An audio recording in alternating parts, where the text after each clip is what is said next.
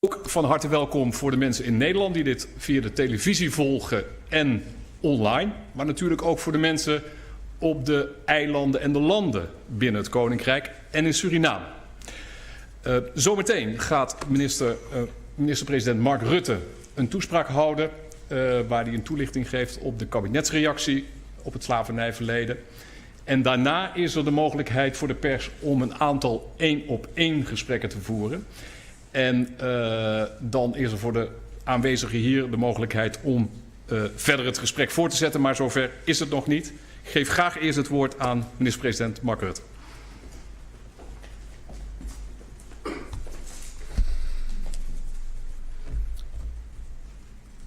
Dames en heren, goedemiddag. En voor iedereen die meekijkt of luistert in een andere tijdzone, boa morgen, bon dia, good morning. Hier in het Nationaal Archief spreekt de geschiedenis tot ons in miljoenen documenten. En ook al horen we de ongeschreven stemmen uit het verleden niet, het verhaal dat uit al die archiefstukken naar voren komt, is niet alleen maar mooi. Het is vaak ook lelijk, pijnlijk en zelfs ronduit beschamend. Dat geldt zeker voor de rol van Nederland in het slavernijverleden. Wij, levend in het hier en nu, kunnen slavernij alleen in de allerduidelijkste bewoordingen erkennen en veroordelen als misdaad tegen de menselijkheid. Als een misdadig systeem dat wereldwijd onnoemelijk veel mensen, onnoemelijk veel en groot leed heeft gebracht. En dat doorwerkt in de levens van mensen hier en nu. En wij in Nederland moeten ons aandeel in dat verleden onder ogen zien. Daarom is het goed dat we elkaar vandaag in het Nationaal Archief ontmoeten. Hier ligt ons nationale geheugen opgeslagen. Dus dit is de plek voor nationaal gewetensonderzoek. Hier kun je niet om de historische feiten heen. Tot 1814 werden ruim 600.000 tot slaafgemaakte Afrikaanse vrouwen, mannen en kinderen onder erbarmelijke omstandigheden naar het Amerikaanse continent verscheept door Nederlandse slaafhandelaren. De meeste naar Suriname, maar ook naar Curaçao, Sint-Eustatius en andere plaatsen. Ze werden weggerukt uit hun families, ontmenselijkt, als vee vervoerd en behandeld. Vaak onder het overheidsgezag van de West-Indische Compagnie.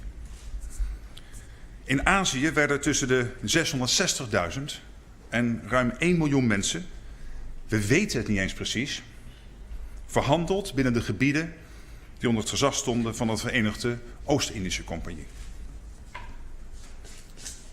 De getallen zijn onvoorstelbaar. Het menselijk leed dat er achter schuil gaat is nog veel onvoorstelbaarder.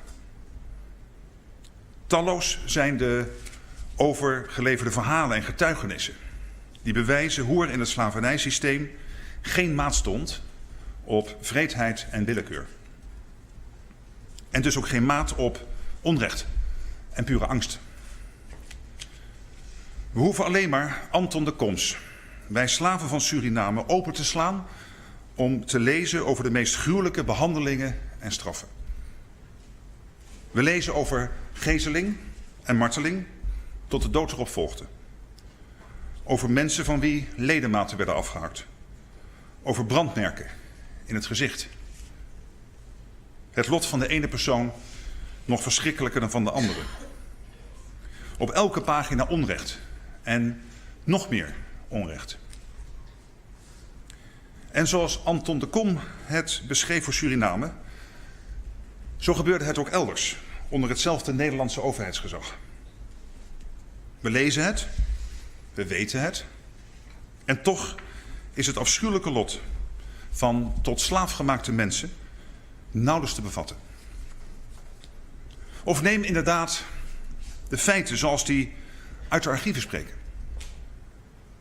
Bijvoorbeeld uit de enorme administratie die is opgezet rond de afschaffing van de slavernij in 1863 en die hier ingezien kan worden.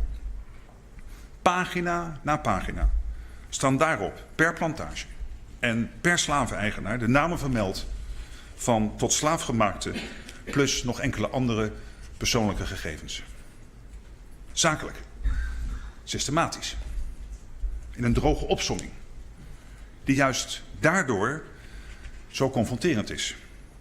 Omdat het de absurditeit onderstreept van een systeem waarin de ene mens de andere mens tot handelswaar maakte. Een systeem zo onmenselijk en onrechtvaardig dat in 1863 niet de tot slaaf gemaakten financieel werden gecompenseerd door de staat, maar de slaven-eigenaren. En nog kon het hardvochtiger, nog oneerlijker, want iedereen die in Suriname in 1863 in naam vrij werd, moest gedwongen nog 10 jaar lang onder staatstoezicht blijven werken. De facto betekende dat voor velen nog 10 jaar langer een leven in onvrijheid, een leven onder dwang. Tot 1873. Komend jaar is dat 150 jaar geleden. Die geschiedenis houdt ons bezig. Een complexe geschiedenis waarin op verschillende plaatsen verschillende jaartallen en gebeurtenissen betekenis hebben. Niet alleen 1863 en 1873, maar bijvoorbeeld ook 1860, de wettelijke afschaffing van de slavernij in toenmalig Nederlands-Indië. 1814, het jaar dat ook Nederland de transatlantische slavenhandel afschafte. 1848, toen op Sint Maarten de slavernij de facto voorbij was. Of bijvoorbeeld 1795, toen onder leiding van Tula op Curaçao een opstand plaatsvond die nog jaarlijks wordt herdacht. Eindeloos veel momenten, eindeloos veel verhalen, eindeloos veel geschiedenis.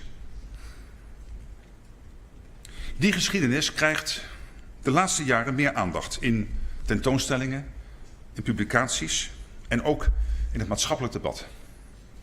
Er vindt maatschappelijke bewustwording plaats.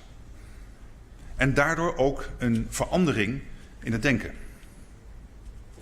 Dat is goed en terecht en nodig, want te lang is het stilgebleven. Ik heb die verandering in denken ook persoonlijk doorgemaakt. Daar wil ik open over zijn.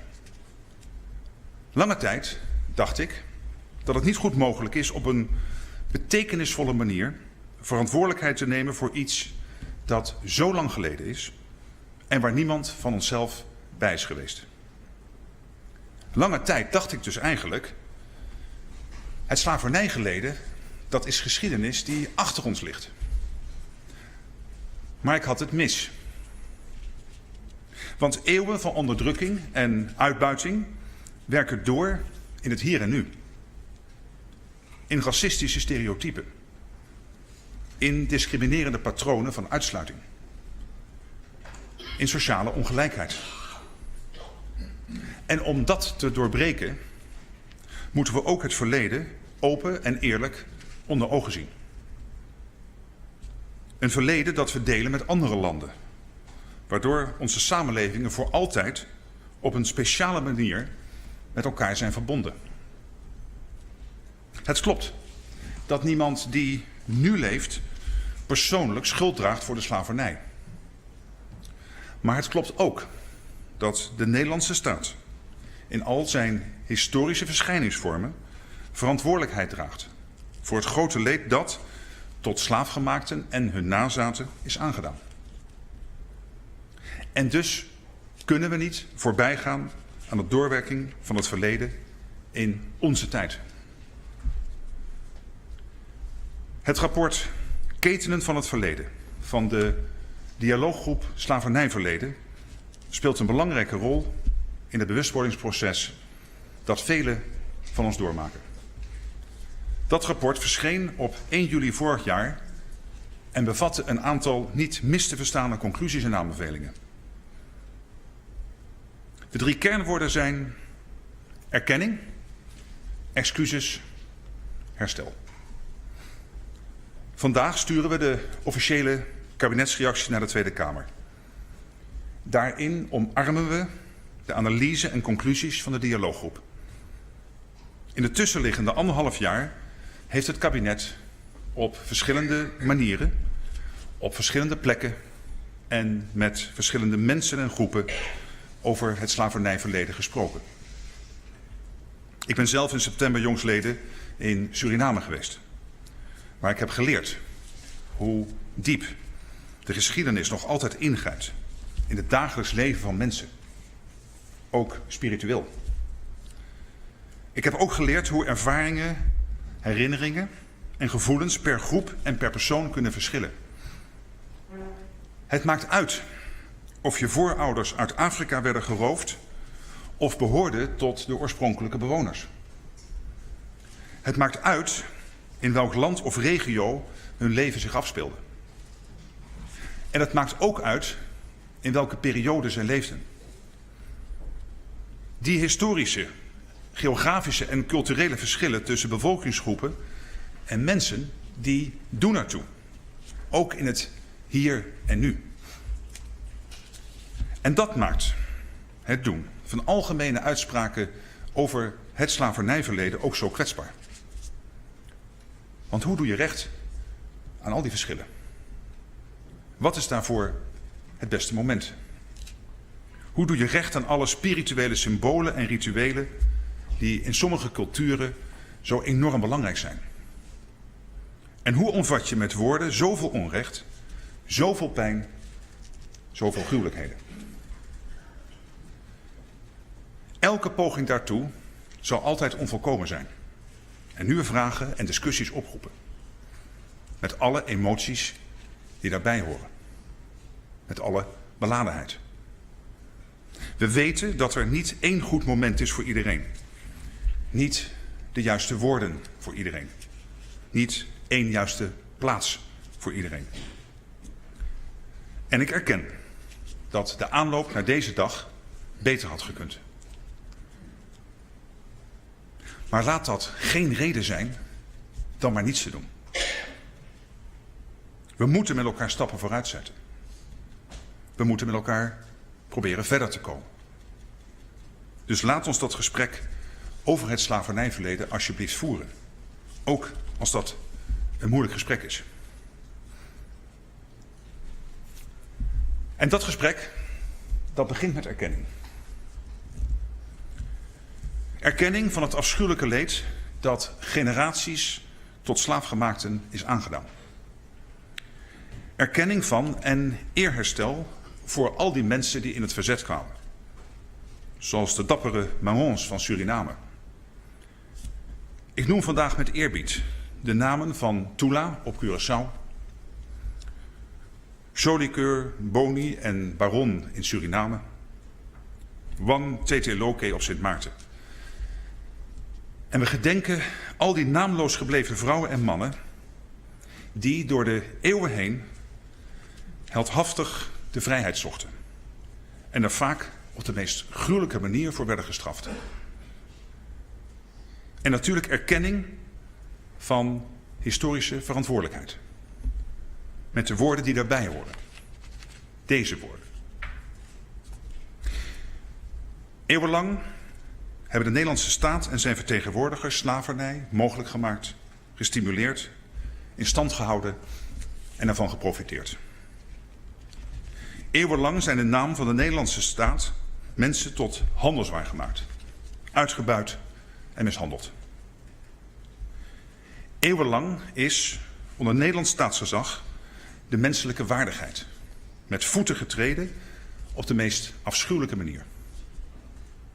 En te weinig hebben opeenvolgende Nederlandse regeringen na 1863 gezien en erkend dat het slavernijverleden een negatieve doorwerking had en heeft. Daarvoor bied ik namens de Nederlandse regering excuses aan. Today I apologize. Ave mi trapidi disculpa. Tide mi vanni taki pardon. Vandaag bied ik namens de Nederlandse regering excuses aan voor het handelen van de Nederlandse staat in het verleden. Postuum aan alle tot slaafgemaakten die wereldwijd onder dat handelen hebben geleden. Aan hun dochters en zonen en aan al hun nazaten tot in het hier en nu. We doen dit niet om schoon schip te maken. Niet om het verleden af te sluiten en achter ons te laten. We doen dit, en we doen dit nu, om staande op de drempel van een belangrijk herdenkingsjaar samen de weg vooruit te vinden. We delen niet alleen het verleden, maar ook de toekomst. Dus zetten we vandaag een komma, geen punt. Het gesprek over het slavernijverleden moet zo breed mogelijk worden gevoerd. Niet alleen in Nederland, maar juist ook op de plekken waar het gebeurde.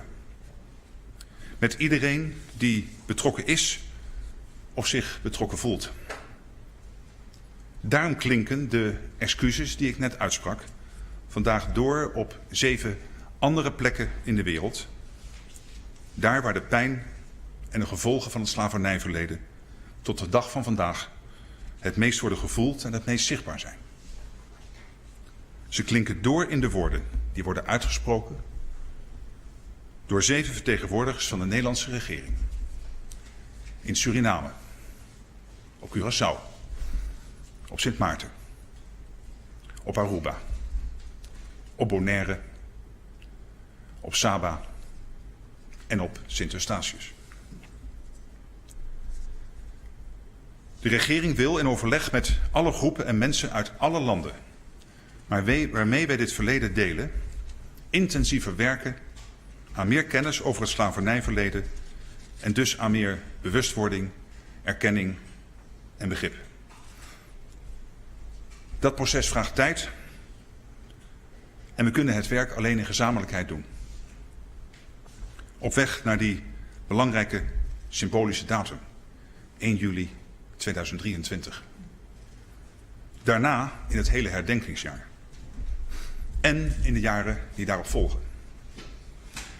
De kabinetsreactie op het rapport van de dialooggroep Slavernijverleden gaat hier uitvoerig op in. Het belangrijkste is dat we alle stappen die we gaan zetten ook echt gezamenlijk zetten.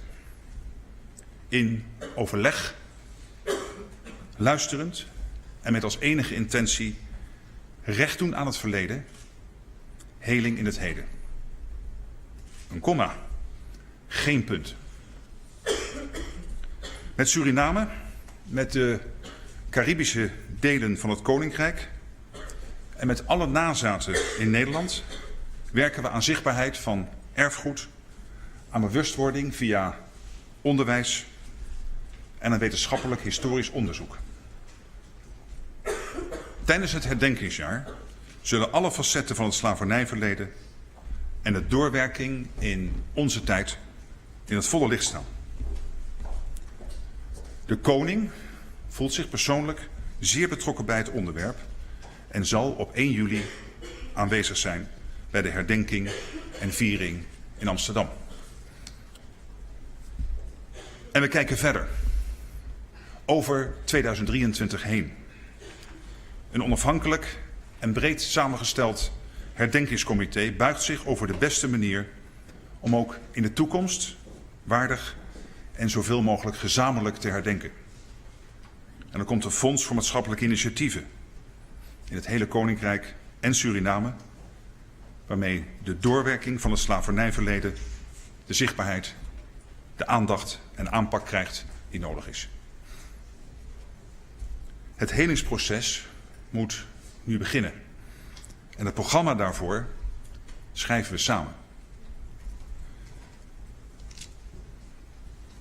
Dames en heren, het boek van onze gedeelde geschiedenis kent veel pagina's die ons, levend in de 21e eeuw, met verbijstering en afschuw vervullen. En met diepe schaamte. Die pagina's wissen we met excuses niet uit. En dat is ook niet de bedoeling. We kunnen het verleden niet veranderen. Alleen onder ogen zien. Wat de regering vurig hoopt, wat ik ook persoonlijk vurig hoop, is dat dit moment, dat deze dag ons helpt, koninkrijksbreed en samen met Suriname en andere landen, de open pagina's die voor ons liggen in te vullen met dialoog, erkenning en heling. Dank u wel.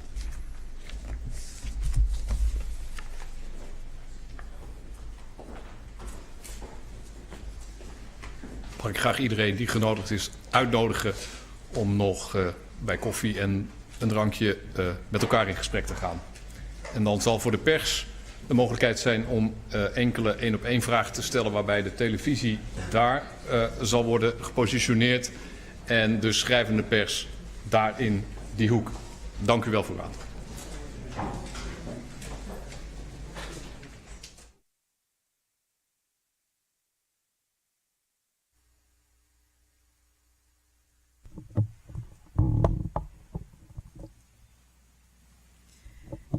Het verleden is nauwelijks te bevatten.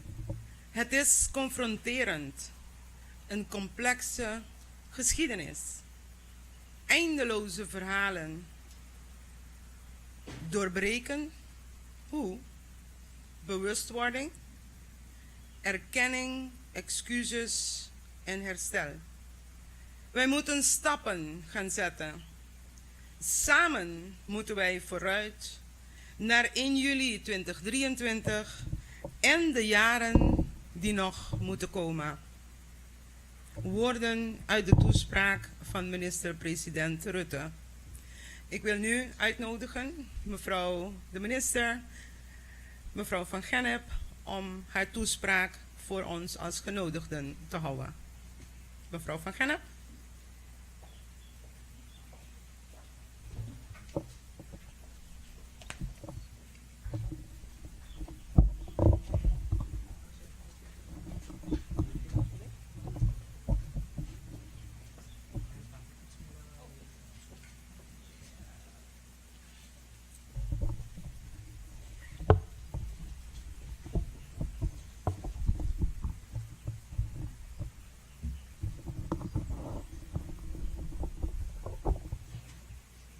Dank u wel. Dames en heren, beste Bonaireanen, Dama y caballero, querido habitante, Magazine di Rij, dit gebouw in Rincon was eens het pakhuis van de koning. Hier kregen de tot slaafgemaakten op maandagochtend hun rantsoenen voor de week uitgereikt. En daarna moesten ze naar het werk in de zoutpannen bij Blauwe Pan, te voet in de brandende zon. Die toch duurde tenminste 6 uur, soms langer. Die tot slaafgemaakten waar onze minister-president zojuist over sprak. En door de week verbleven deze gouvernementsslaven bij de zoutpannen. En voor onderdak moesten ze meestal zelf zorgen. En pas op zaterdag keerden ze weer terug naar huis, naar Rincon. En als ze met hun mee hadden kunnen lopen, welke verhalen zouden we dan horen? Welke verhalen waar ook Mark Rutte zojuist aan refereerde? Verhalen vol met pijn of boosheid? Of hoorden we alleen de stilte van de wind? Wellicht zongen ze liederen om zichzelf en elkaar moed in te zingen en het lopen en het leven wat gemakkelijker te maken. Hier op Bonaire is de geschiedenis vaak niet opgeschreven. Tot slaafgemaakten mochten immers niet leren lezen en schrijven. En verhalen werden daarom van generatie op generatie doorverteld. En heel vaak op muziek of in gezang. Tot op de dag van vandaag. En in officiële documenten is nauwelijks iets terug te vinden over dat leven van tot slaafgemaakten. Het Nationaal Archief in Nederland heeft een heleboel bladzijdes, maar ook daar staat weinig over het leven. En de verslaglegging van de kolonisator, het toenmalige Nederlandse gezag op Bonaire, concentreerde zich op geld. Niet op de mensen. Niet op de mensen die rijkdom mogelijk maakten. Nederland is tussen het begin van de 17e eeuw en 1863 indirect en direct betrokken geweest bij de slavernij. Dat heeft voor grote rijkdom gezorgd. Zichtbaar in de Amsterdamse grachtengordel of de binnenstad van Middelburg. Voor het onbeschrijfelijke leed dat slavernij en slavenhandel veroorzaakt heeft. Hoe levens verwoest zijn en mensen getekend. Daarvoor heeft Nederland lang, veel te lang, geen oog gehad. Het brute geweld, de onderdrukking, ook hier op Bonaire, waar de tot slaafgemaakten eigendom waren van de staat. De slavernij en de slavenhandel zijn schaamtevolle bladzijdes in onze vaderlandse geschiedenis. Mensen zijn als handelswaar gebruikt. En de consequenties daarvan werken door tot op de dag van vandaag. En de Nederlandse regering wil daarvoor vandaag persoonlijke excuses maken. In Den Haag en hier op Bonaire. En in het Caribisch gebied, op Curaçao en Aruba, Sint Eustatius, Saba en Sint Maarten. En in Suriname is mijn collega minister Frank Weerwind in gesprek over dat slavernijverleden en de rol van Nederland. Samen hebben we zojuist gekeken naar de toespraak van minister-president Rutte bij het Nationaal Archief in Den Haag. Hij stond stil bij historische cijfers en feiten, kille feiten, die de wreedheid en het leed bijna niet kunnen beschrijven. Hij stond ook stil bij de maatschappelijke bewustwording in de laatste jaren. En excuses zijn nodig. Niet om het verleden achter ons te laten, maar om de toekomst open tegemoet te treden. En daarom herhaal ik hier de woorden van onze minister-president. Eeuwenlang hebben de Nederlandse staat en zijn vertegenwoordigers slavernij mogelijk gemaakt, gestimuleerd. Eeuwenlang zijn in naam van de Nederlandse staat mensen tot handelswaar gemaakt, uitgebuit en mishandeld. Eeuwenlang is er onder Nederlands staatsgezag de menselijke waardigheid met voeten getreden, op de meest afschuwelijke manieren denkbaar. En te weinig hebben de opvolgende Nederlandse regeringen na 1863 gezien en erkend dat het slavernijverleden een negatieve doorwerking had en heeft. En daarvoor bied ik vandaag namens de Nederlandse regering excuses aan. Awe, mita, pidi, disculpa. Vandaag bied ik namens de Nederlandse regering excuses aan voor het handelen van de Nederlandse staat in het verleden. Postuum aan alle tot slaafgemaakten die wereldwijd onder ons handelen hebben geleden. En aan hun dochters en zonen en aan al hun nazaten tot in het hier en het nu.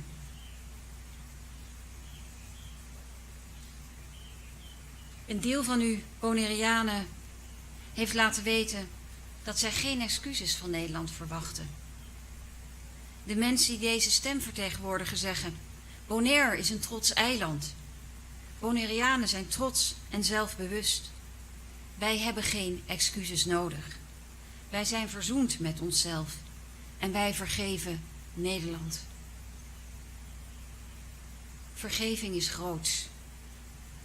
De Nederlandse regering heeft hier diep respect voor. Ik ben u dankbaar voor die vergeving. Pardon ta algu grandi, mita gradisi bo. Er zijn ook Bonaireanen voor wie excuses een belangrijk gebaar zijn.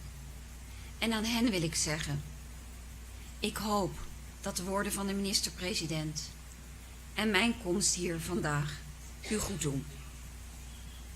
Dat zeg ik uit de grond van mijn hart. Excuses zijn woorden. En de Nederlandse regering wil bij deze woorden ook een aantal daden voegen. Daden die laten zien dat er na de schaamtevolle bladzijden van de slavernij en de slavenhandel en de veel te lange tijd dat het vanuit de Nederlandse regering stil is geweest, ook ruimte is voor een gezamenlijke, gemeenschappelijke toekomst. Een tijd waarin we als koningsrijksgenoten naast elkaar staan en samen verder gaan. Over 2 weken is het 2023. Op 1 juli herdenken we dan dat de slavernij in heel het toenmalige Koninkrijk der Nederlanden 160 jaar is afgeschaft. Met u, Bonaireanen, maar ook met de Curaçaoers en de Arubanen, de mensen van Saba, Sint-Eustatius en Sint Maarten, en met de Surinamers, in Nederland en overal, en met iedereen die op welke manier dan ook geleden heeft of lijdt aan het slavernijverleden of de gevolgen daarvan. En zoals we het vanochtend ook bespraken, we herdenken ook om de impact van onze geschiedenis te begrijpen. Zo heeft ook de koning aangekondigd dat er een onafhankelijk onderzoek komt naar de rol van zijn familie in de koloniale geschiedenis. Want, zo zegt onze koning, diepgaande kennis van het verleden is essentieel om historische feiten en ontwikkelingen te begrijpen en de impact daarvan op mensen en hun gemeenschappen zo scherp en eerlijk mogelijk onder ogen te kunnen zien. Ik vind het belangrijk dat deze kennis ook beschikbaar komt ten aanzien van de rol van het Huis Oranje-Nassau in de koloniale geschiedenis. Aldus onze koning. In 2023, volgend jaar, wordt er een fonds opgericht. En de Nederlandse regering wil daarmee bijdragen aan maatschappelijke initiatieven gericht op de doorwerking en verwerking van het slavernijverleden. Hier op Bonaire moet dat onder andere tastbaar worden in de vorm van een namenmonument. Een voorstel dat door de dialooggroep is gedaan en dat samen met de Bonaireanen in het herdenkingsjaar verder vorm moet krijgen. Bonaire is een openbaar lichaam binnen Nederland en dat zien we in het feit dat we 1 koning, 1 paspoort, 1 voetbalelftal delen. En op het eerste gezicht minder zichtbaar, maar minstens zo belangrijk. Wij delen, nu en in de toekomst, vrijheid en democratie. Wij delen onze samenleving. Wij delen de toekomst van onze kinderen. We willen leven in een land, in een koninkrijk, waar iedereen gelijkwaardig is, waar niemand gediscrimineerd mag worden. Mangkazina-Dirai was eens de plek waar tot slaafgemaakten hun proviand kregen.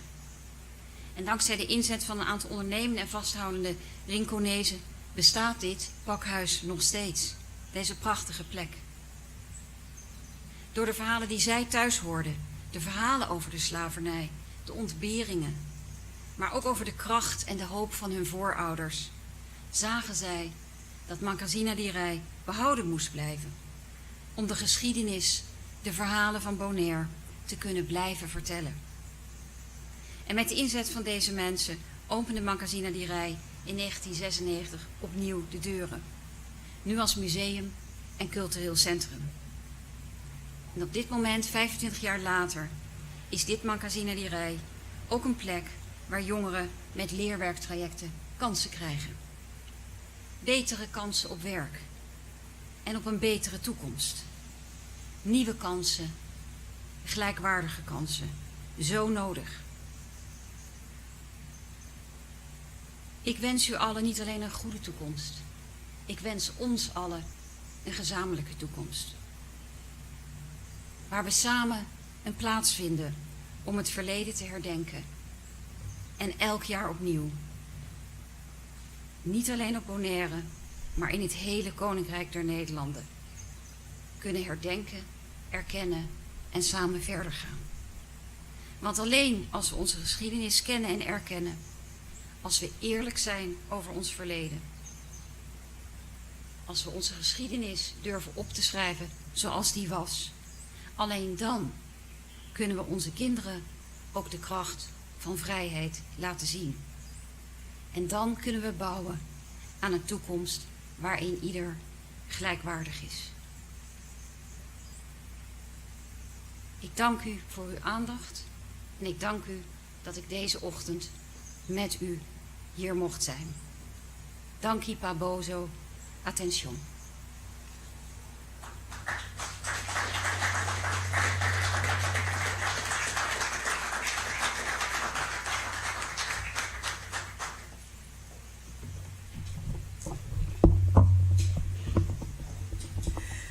Welke verhalen zouden wij horen als we met de slaven richting Rincon mochten lopen?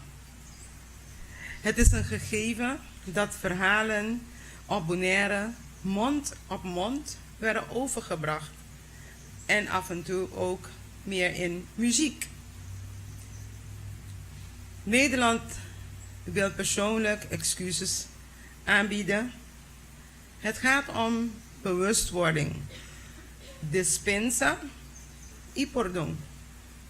Excuses om samen de toekomst open tegemoet te treden.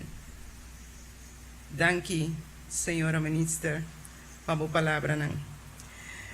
Vervolgens wil ik de gezaghebber van Bonaire, de heer Reina, naar voren vragen om namens het openbaar lichaam Bonaire het woord tot alle aanwezigen en iedereen die ons via de sociale media volgt te richten. De heer Reina, het woord is aan u.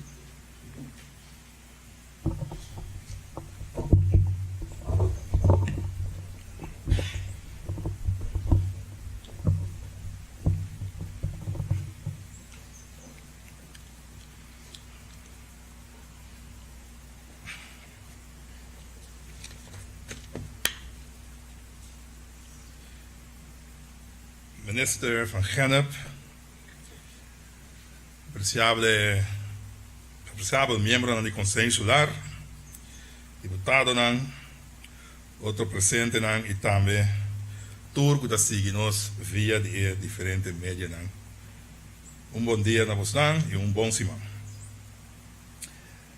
Ave nós estamos juntos por motivo de um sucesso especial. El día de hoy trabaja en book en historia como el día que el gobierno holandés oficialmente pide disculpas por el rol del Estado holandés del pasado de esclavitud.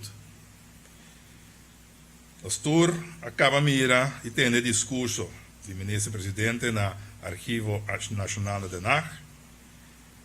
Y aparte de eso, me quiero agradecer especialmente al ministro van Gennep por la venir de Bonaire, personalmente, trazer um mensaje de desculpa aqui no nome do governo holandês. Dank je. Esclavitud alaga marca profunda tras na nossa isla. Marca não visível, marca não invisível e marca não ainda todo dia está notável. Para a geração a largo, ainda não há significativo, notável de perspectiva para futuro livre. Toch, na purba, caminha para possível para dar uma vida forma. Por exemplo, haciendo música junto y canta cantica de en cual para expresar sentimento nan tocante nan existencia. Bari, tambu maneira nan também na hermana Isla Corsou, tá exemplo disso aqui. Bari, tanto um gênero musical como um baile. Estava usa solamente 2 instrumentos. É bari, ou tambu, e chapi. Saki acompanhado com batimento de man e batimento de hilchi. A maioria bia, gente mulher estava a percurar para canto. Bari, a desenvolver na plantagem, caminho cativo não estava atrás. Texto não de cantica não estava um linguagem secreto, assim que o cativo não pode comunicar com o outro tocante assunto com o chão, tom de plantagem, não estava de marrizar. Doble sentido, é uma característica importante de Bari. Tem ainda, onde cambio de anha, tá canta de Bari, sucesso não de anha com a passa. É um que te escuta, mas se paga bom tino, que realmente te avisa atrás de a palavra. É desculpa do governo holandês ave, tá leu for de doble sentido. Personalmente, eu também miro isso aqui como um ponto de salida para enfrentar um período escuro de nossa história comum. Nós mestres duna em momentos fechados aqui atenção e também continuação. O governo de Bonaire vai preparar para uma reação oficial para Den Haag. Nós representantes do povo vai de debate com outro e preparar uma reação apropriada. Estava incluído aqui conselho de, entre outros, grupo de diálogo Bonaire e outro experto no riba terreno de passado de esclavitud. Grupo de diálogo Bonaire, a sala foi atividade de colégio de consulta, grupo de diálogo passado de esclavitud. Essa aqui está grupo do Ministério de Interior e Relação com o Reino instituído por mês de julho de 2020. Meta estava para organizar um diálogo social amplo tocante passado de esclavitud holandês e influência de essa riba comunidade de Avendia. Turno 6 islas de parte caribense de Reino a formar um próprio grupo de diálogo com representantes da comunidade. Na Bonaire, a riba conversação entre outros habitantes e organizações sociais para sondear e discutir ampliamente opinião e sentimento tocante passado de esclavitud e traduzir essa aqui de um conselho. O tempo aí, depois apresentar o conselho aqui na Conselho Insular e incluir essa aqui de rapport de conselho cadena de passado de colégio de consulta com 2021, Ministro do Interior e Relações com o Reino a oferecer Tweede Kamer na Holanda. Maneira ministro van Gane Basita, Bonaireano não vai contribuir com o grupo de diálogo, não te espera excuus de Holanda. Para outro aspecto de justiça e para exercer justiça, está muito mais importante. Bonaireano não vai contribuir com o grupo de diálogo para perdonar e quer reconciliação com a Holanda. Aqui está dando roupa e valor na igualdade e oportunidade igual para desenvolvimento. Isso aqui significa que todo rende do reino holandês, também na Bonaire, mesmo em oportunidade para desenvolver um talento e mesmo para invertir de um bom futuro para todos. Bonaire escolheu na 10 de outubro de 2010 para virar parte de Holanda. Por essa fecha aí, nós seguimos como município especial. Essa aqui está trazendo coisas boas para nós, no sentido de inversão de governo de reino, entre outros, melhor ensinança, melhor cuidado de saúde e aumento de qualidade e outros benefícios comum. A eliminação de retraso social também tem atenção. Pero, não está tudo bonaireano a vai adiante. Essa nos atende e mira diariamente. El gesto que o governo holandês está assim significa algo distinto para todo ende. Para algum ende, sabe que é passo necessário para melhorar a relação com a Holanda. Para outro não, também para assunto não mais concreto. O Conselho de Grupo de Diálogo está pedindo, entre outros, pone fim ao trato burocrático, muito ribo distância e timbia hasta com desconfiança para preocupação que está viva na Bonaire. Desenvolvimento de conhecimento no Ministério na Holanda de História de Bonaire por contribuir na ESAC. Tem necessidade para programa que pode superar, em sentido amplo, retraso na Bonaire. Com conhecimento de passado e com vista para a realidade local. Assunto na maneira de desenvolvimento de papiamento, aumento de conhecimento de história próprio e atenção para nosso patrimônio cultural. Tudo está de grande importância para essa aqui. Lo que quero mencionar aqui também, grupo de trabalho 1 de julho, o Colégio Executivo a instituir e, último tempo, a se roupa de trabalho para ampliar consciência tocante passado de esclavitud na Bonaire.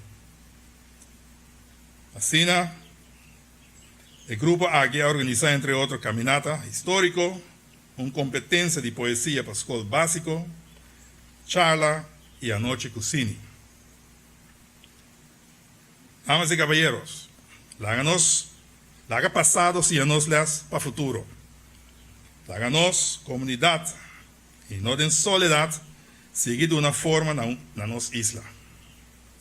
Para fazer aqui uma relação de igualdade com a Holanda de grande importância. Depois do programa oficial aqui, vários representantes do partido que estão ocupando mesmo o passado de esclavitud, vão de guia do presidente, Sr. Noli Oliana, também tem conversação com o ministro Van Gennep, e representante de Reino tocante continuação e elaboração do rapport do Conselho. É hecho, com favor, publicamente, nós por discutir tópico cargar aqui com outro, me mira como algo grande. Finalmente, a seguir, me quero invitar a você para mirar, escutar programa cultural que está arriba a nosso passado comum e também a nosso futuro. A siglo mundialmente, música é uma maneira para expressar sentimento e para transmitir história de vida. Música está unindo nos tour. Muito danke.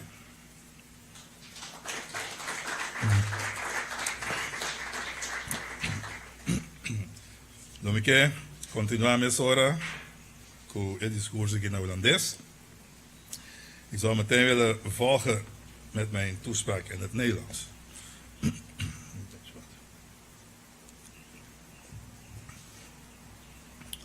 Minister Van Gennep, geachte eilandsraadsleden, gedeputeerden, andere aanwezigen en ook allen die ons via diverse media volgen. Bon dia, bon simam. We zijn hier vandaag bij elkaar vanwege een bijzondere gebeurtenis. Deze dag gaat de geschiedenisboeken in als de dag waarop de Nederlandse regering officiële excuses aanbiedt voor de rol van de Nederlandse staat in het slavernijverleden. Wij hebben net al de toespraak van minister-president Rutte bij het Nationaal Archief in Den Haag gezien en gehoord. En ik wil in het bijzonder minister Van Gennep bedanken dat zij naar Bonaire is gekomen om ook persoonlijk de excuses namens de Nederlandse regering over te brengen. Dank daarvoor. De slavernij heeft diepe sporen nagelaten op ons eiland. Zichtbaar, onzichtbaar en nog iedere dag merkbare sporen. Generaties lang hadden de tot slaafgemaakten geen zicht op een vrije toekomst. Toch probeerden zij, waar het kon, hun leven vorm te geven. Bijvoorbeeld door samen muziek te maken en liederen te zingen waarin zij de gevoelens over hun bestaan konden uiten. De Bari, of zoals ze op het zustereiland Curaçao noemen, de tamboe, is hier een voorbeeld van. Het is zowel een muzikale genre als een dans. Er worden maar 2 instrumenten gebruikt. De trom, dus trommel, tamboe of bari, en de chapi. Dit aangevuld met handgeklap en hielgestampt. Meestal zorgden de vrouwen voor de zang. De bari ontwikkelde zich op de plantages waar de slaven werkten. De liedteksten waren een geheimtaal, zodat de slaven met elkaar konden communiceren over zaken die de shoon, dat is de plantage-eigenaar, niet mocht weten. Dubbelzinnigheid is een belangrijk kenmerk van de bari. Nog altijd worden rondom de jaarwisseling in de bari de gebeurtenissen van het oudjaar bezongen. De luisteraar moet goed opletten wat er tussen de regels door echt wordt gezegd. De excuses die vandaag zijn aangeboden door de Nederlandse regering zijn allesbehalve dubbelzinnig. Persoonlijk zie ik dit als een startpunt om een donkere periode uit onze gezamenlijke geschiedenis recht in de ogen te kijken. Wij moeten dit bijzonder moment aandacht en vervolg geven. Het bestuur van Bonaire gaat een officiële reactie naar Den Haag voorbereiden. Onze volksvertegenwoordigers gaan met elkaar in debat en bereiden een toepasselijke reactie hiervoor. De adviezen van onder meer de dialooggroep Bonaire en andere experts op het gebied van het slavernijverleden worden hierin meegenomen. De dialooggroep Bonaire komt voort uit de activiteiten van het adviescollege Dialooggroep Slavernijverleden, dat op 1 juli 2020 is ingesteld door het ministerie van Binnenlandse Zaken en Koninkrijksrelaties.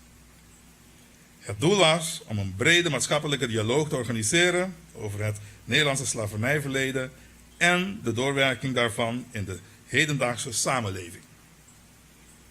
Alle 6 eilanden van het Caribisch deel van het Koninkrijk hebben een eigen dialooggroep samengesteld met vertegenwoordigers uit hun samenleving. Op Bonaire zijn gesprekken gevoerd met onder meer inwoners en maatschappelijke organisaties om de meningen en gevoelens over het slavernijverleden breed te peilen, te bespreken en te vertalen naar een advies. Dat advies is destijds gepresenteerd aan de Eilandsraad en is meegenomen in het adviesrapport Ketenen van het Verleden van het adviescollege dat in 2021 door de minister van Binnenlandse Zaken en Koninkrijksrelaties is aangeboden aan de Tweede Kamer. Zoals minister van Gennep citeerde, verwachten de Bonaireanen die hebben bijgedragen aan de dialooggroep geen excuses van Nederland. Voor hen zijn andere aspecten van rechtvaardigheid en van het doen van recht veel belangrijker. Voor hen geldt vergeving van en verzoening met Nederland. Er wordt veel belang gehecht aan gelijkwaardigheid en gelijke kansen op ontwikkeling. Dit betekent dat iedereen in het Koninkrijk der Nederlanden, ook op Bonaire, de kans moet krijgen om zijn of haar talent te ontwikkelen en moet kunnen investeren in een goede toekomst. Bonaire heeft ervoor gekozen om op 10 oktober 2010 onderdeel te gaan worden van Nederland. Sinds die datum zijn wij verder gegaan als bijzondere gemeente. Dit heeft ons goeds gebracht in de zin van investeringen van de Rijksoverheid voor onder meer beter onderwijs, betere gezondheidszorg en het verhogen van kwaliteit van andere gezamenlijke voorzieningen. Ook het wegwerken van sociaal-maatschappelijke achterstanden heeft de aandacht. Maar niet iedere Bonaireaan is erop vooruit gegaan. Dat horen en zien we dagelijks. Het gebaar dat de Nederlandse regering vandaag maakt, betekent voor iedereen iets anders. Voor sommigen is het een noodzakelijke stap om de verhouding te verbeteren. Voor anderen gaat het om meer concrete zaken. In het advies van de dialooggroep wordt onder meer gevraagd om een einde te maken aan bureaucratische afstandelijke en soms zelfs wantrouwige behandeling van zorgen die op Bonaire leven. Ontwikkeling van kennis bij de ministeries in Nederland van de historie van het eiland kan hieraan bijdragen. Er is behoefte aan een programma waarmee achterstanden op het eiland in brede zin ingelopen kunnen worden, met de kennis van het verleden en met oog voor de lokale realiteit. Zaken zoals de ontwikkeling van het papiamento, vergroten van kennis van de eigen geschiedenis en aandacht voor ons cultureel erfgoed zijn hiervoor van groot belang. Graag wil ik hier ook de werkgroep 1 juli noemen, die door het bestuurscollege is ingesteld en de afgelopen tijd veel werk heeft verricht om het bewustzijn over het slavernijverleden op Bonaire te vergroten. Zo hebben zij onder meer historische wandelingen georganiseerd, een gedichtenwedstrijd voor het primair onderwijs, lezingen en filmavonden. Laat het verleden ons lessen leren voor onze toekomst. Laten wij als samenleving en niet als alleenleving ons eiland verder vormgeven en een gelijkwaardige relatie met Nederland is daarbij van groot belang. Na dit officiële programma gaan verschillende vertegenwoordigers van partijen die zich bezighouden met het slavernijverleden onder leiding van voorzitter Nolly Oliana in gesprek met minister Van Gennep en de Rijksvertegenwoordiger over het vervolg en de uitwerking van het advies. Het feit dat wij nu in alle openheid met elkaar dit beladen onderwerp kunnen bespreken, zie ik als een groot goed. Tot slot wil ik u straks uitnodigen om te gaan kijken en luisteren naar een cultureel programma dat ons meeneemt in ons gezamenlijk verleden en de toekomst. Muziek is al eeuwenlang en wereldwijd een manier om uitdrukking te geven aan gevoelens en om levensverhalen door te geven. Muziek verbindt ons allemaal. Hartelijk dank.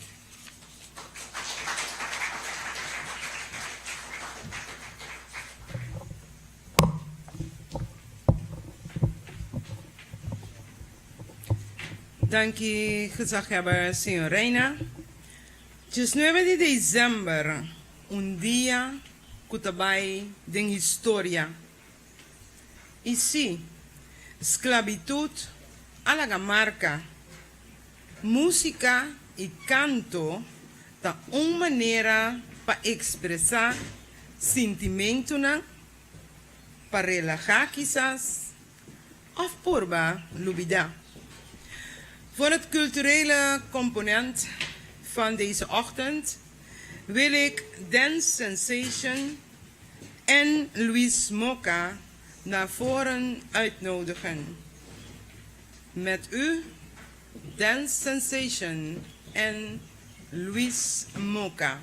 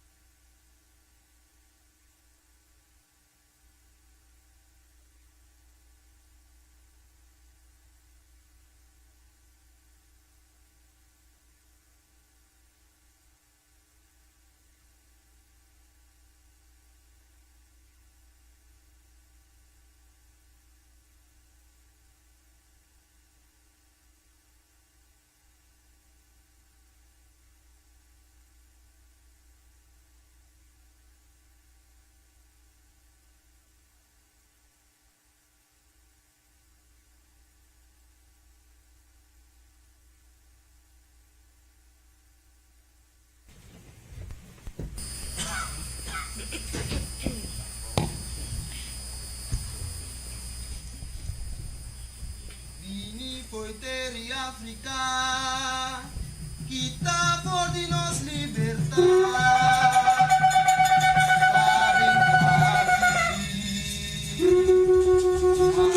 Aquí día no,